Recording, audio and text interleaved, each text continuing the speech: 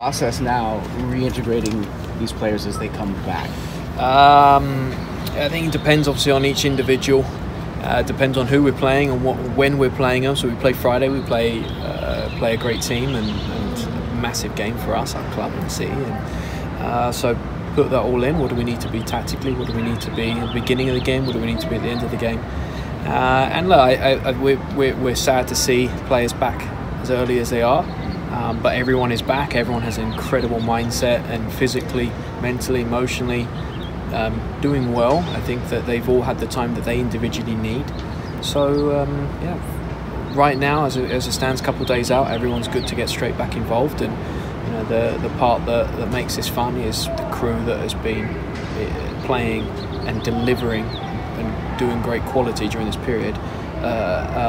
Gives us great choices, gives us great options. We came into this season with a large roster that had good quality, and now we're at a point mid-season where we have a large roster with great quality because players have maximised the opportunity, they've developed, and they've delivered and put points on the board for this club. How difficult are kind of the lineup decisions kind of for you now, and what do you do to make sure everyone's mentally in a good spot? Some players are going to go from probably starting to maybe not even making the 18. Communication is always key, and I'll be honest, I always try to be good. By trying to be good, I end up being okay. I can always improve in communicating, and players coming back in, players who've been playing and delivering, they know this period is coming, and they've earned probably more opportunity and going forward than we probably planned. I think it was sitting down having conversations. I told players they'd be in and they'd be ready to pass over the baton when people come back, and it's not that simple because of the great quality that they've shown. So yeah, each conversation, each relationship, each person, each player is different, but we have a much better roster now due to the work that everyone's been doing. So we could look at it and say it's really hard and it's tough and hard decisions right now, and I won't how long this will last. I'm excited by the options. I'm excited that we have there will be people, unfortunately not in the 18, that could be starting for other teams, that could be playing in the NWSL. I joked about it after the Carolina away game that hey, when's the expansion happening? Because I would can we have two teams coming out of Portland, because that's what we've got right now in quality. We'd love to be able to keep developing all these players. So communicate and keep developing people and developing players and keep people engaged is key, and they have as much responsibility as we do as staff to make sure everything is positive and we keep delivering performances and hopefully results for this team. What it's done for the roster, you said it's strengthened the roster. Could you have anticipated this before the World Cup? Were you kind of cautious about losing team chemistry? This is going to be a challenge, right? I'm being very positive and optimistic.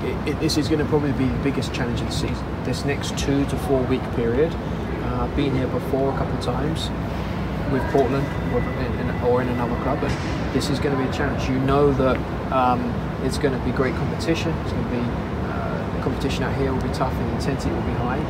And there's always going to be quality not on the pitch at any point, so it'll be a challenge, but we'll embrace that. And there's no way of getting out the other side, being a really cohesive team, playing great football, delivering and getting, scoring, creating goals, without going through some tough moments. So those tough moments will come in the next 2 to 4 weeks.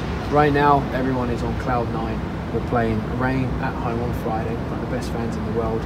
We've got some of our leaders, great people, great players back.